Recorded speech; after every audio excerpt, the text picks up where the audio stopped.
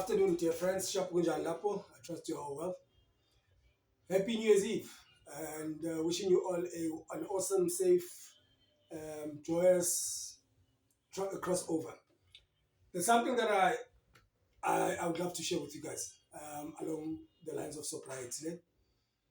I know when this during this period, nobody wants to talk sobriety, or even wants to hear about it because everybody is excited to have a good drink and have a party and do that.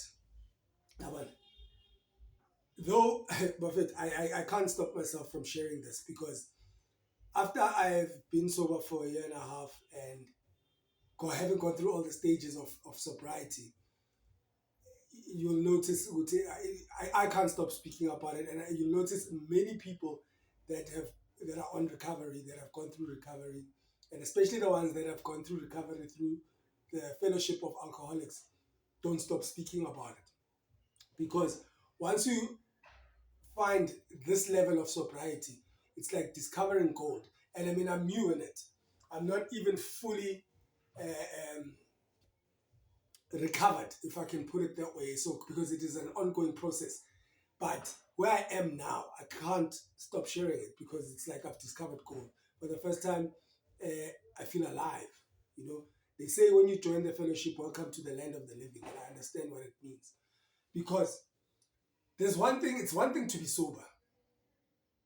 And it's another completely different thing to be sober fully and free from all the things that got us hooked onto alcohol in the first place.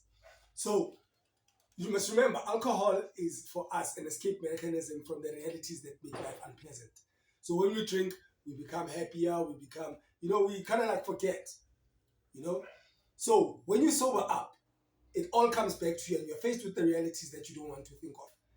Right? So for a while, I became sober, but very, very angry and bitter and full of resentment. Right?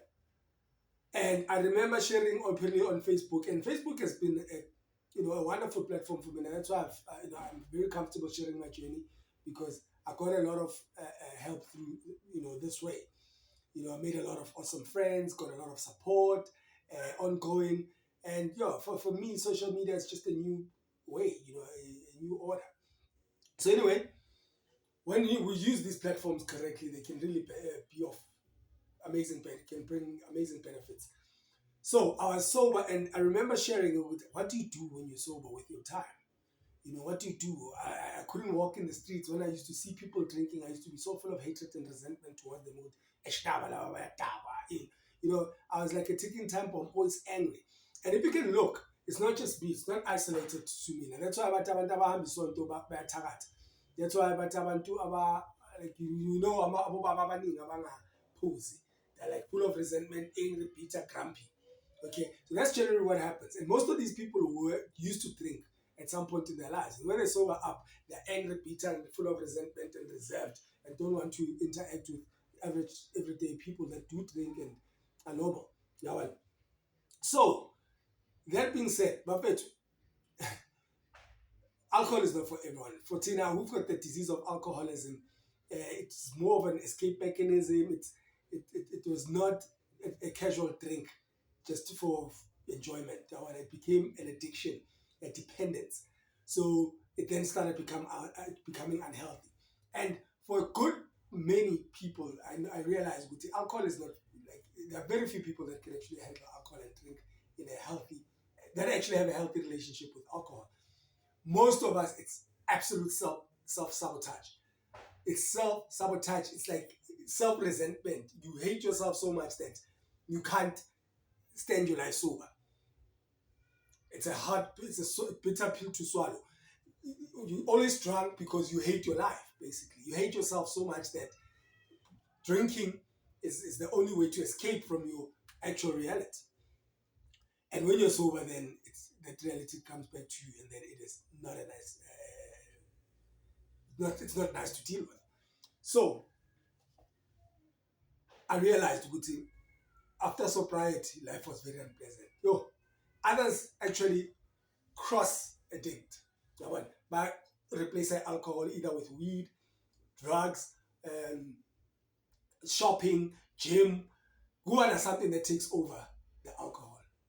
Mina, so far so good. I went into the shopping thing, and but because I'm aware, I learned it's cross addiction. Food, actual food. That's why I gained so much weight. So I realized it is a cross addiction. So I try by all means to be as normal as possible. Not having any excess or replace alcohol in life now.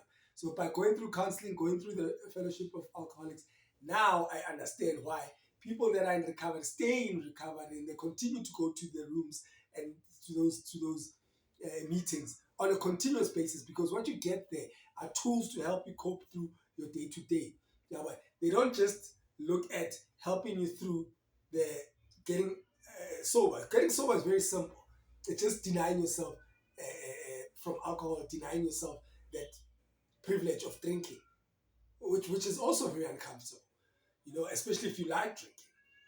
So once you go through the program, then it teaches you how to live a normal life and not have resentment issues and anger issues and bitterness and withdrawal from alcoholism and missing the drink and all of those things. Though it is a process, many will fail along the way and go back to alcohol because it's not easy. It is a continuous journey. So you'll see a person who's 40 years. I posted Anthony Hopkins talking about his journey of alcohol, and it looks pathetic. It sounds pathetic. 40 years down the line, the guy's still celebrating his sobriety. It's like that. It's not bragging. So some friend of mine thought,